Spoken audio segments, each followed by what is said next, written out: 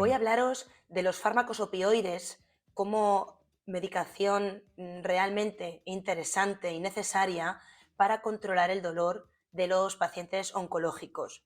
Lo primero de todo, tenemos que saber que el dolor se puede controlar a partir de diferentes escalones de tratamiento analgésico, de fármacos menos potentes a fármacos más potentes. Esto lo establece la escalera analgésica de la OMS, partiendo de un primer escalón en el que para los dolores leves podemos utilizar medicación no opioide.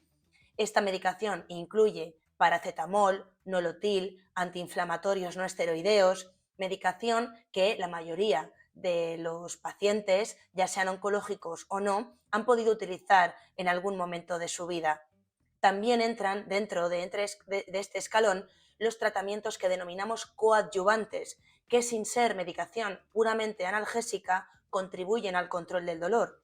Estos son, por ejemplo, los corticoides con su efecto antiinflamatorio, fármacos antidepresivos con su efecto a nivel de la situación de ansiedad que puede llegar a generar el dolor, e incluso los fármacos anticonvulsivantes a las dosis apropiadas, como pueden ser la gabapentina y la pregabalina, que se utilizan mucho para tratar el dolor neuropático, que es el dolor que es provocado por alguna afectación nerviosa.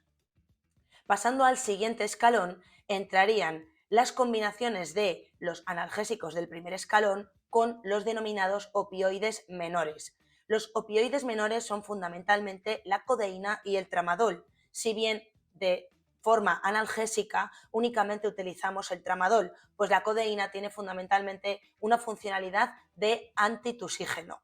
El tramadol no tiene tantos efectos secundarios como pueden tener los opioides mayores, se suele tolerar mejor y tiene una potencia analgésica mayor que los fármacos del primer escalón. Por eso se incluye en este escalón para tratar los dolores que ya empiezan a ser de un carácter moderado. Y en el tercer y último escalón tenemos los opioides mayores. Estos son opioides puramente dichos que se tienen que manejar por unos especialistas que saben controlar el dolor, como pueden ser los anestesistas, los oncólogos, y se tienen que recetar siempre con unas recetas especiales de medicación opioide. También se pueden añadir en este escalón los fármacos del primer escalón, pero no se pueden combinar opioides menores con opioides mayores.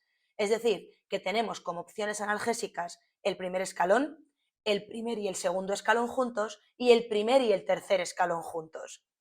Normalmente el dolor lo tenemos que evaluar desde un principio en cuanto a su intensidad, porque no necesariamente tenemos que ir probando los escalones por orden. Es decir, no un dolor moderado, tenemos que probar primero un escalón de dolor leve, sino que realmente podemos empezar por un tramadol si ese dolor es moderado. Y si el dolor es muy intenso, los pacientes que van a requerirlo con una supervisión médica siempre y ajustando las dosis, pueden empezar directamente a recibir opioides. Es decir, empezaríamos a tratar desde un tercer escalón.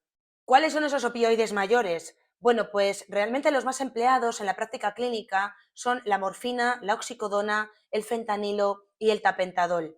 Si bien existen otros opioides menos empleados, como la hidromorfona y la metadona. La metadona, ya os adelanto, que se utiliza sobre todo en momentos de deshabituación a la morfina, o bien cuando el resto de los opioides han estado ya mucho tiempo siendo utilizados y el paciente ha generado una resistencia. La morfina se puede administrar por todas las vías: oral, intravenosa, subcutánea. El fentanilo está disponible por vía oral en forma de parches y también en forma intravenosa, y la oxicodona tiene únicamente su versión oral.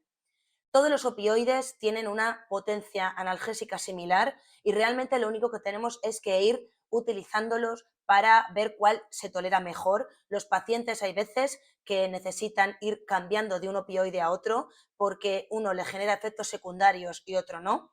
Sí que es verdad que el fentanilo en forma de parche es más empleado sobre todo cuando los pacientes no van a poder tomar medicación oral porque tienen, por ejemplo, algún problema en la deglución o un cáncer de cabeza y cuello o cualquier alteración a nivel de la mucosa oral, y es una forma muy útil para esos pacientes, pero la absorción es más errática. Es decir, que es a través de la piel y depende mucho de la temperatura corporal, la inflamación de la piel, etc. mientras que, por ejemplo, la administración intravenosa siempre es igual, llega al pico máximo de actuación en el momento en el que debe y para todos los pacientes es una farmacodinámica y farmacocinética similar.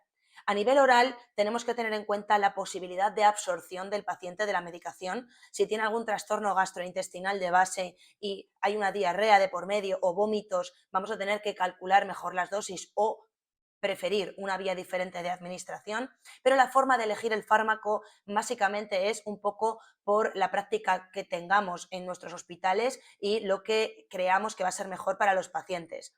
Los efectos secundarios más frecuentes son las alucinaciones, las náuseas, los temblores. También puede aparecer estreñimiento bastante frecuentemente e incluso se recomienda de entrada pautar algunas medidas dietéticas especiales e incluso laxantes. Y en casos bastante excepcionales se pueden producir alternaciones neurológicas más severas. Por lo general, los fármacos opioides se pueden revertir con un antídoto, que se denomina naloxona y que en los momentos en los que sospechamos de una intoxicación el efecto es inmediato. La medicación opioide no hay que temerla porque realmente es un arma terapéutica muy interesante para nuestros pacientes oncológicos y combinada con el resto de medicación permite aumentar la calidad de vida y favorecer que el transcurso de la enfermedad sea menos tedioso para ellos.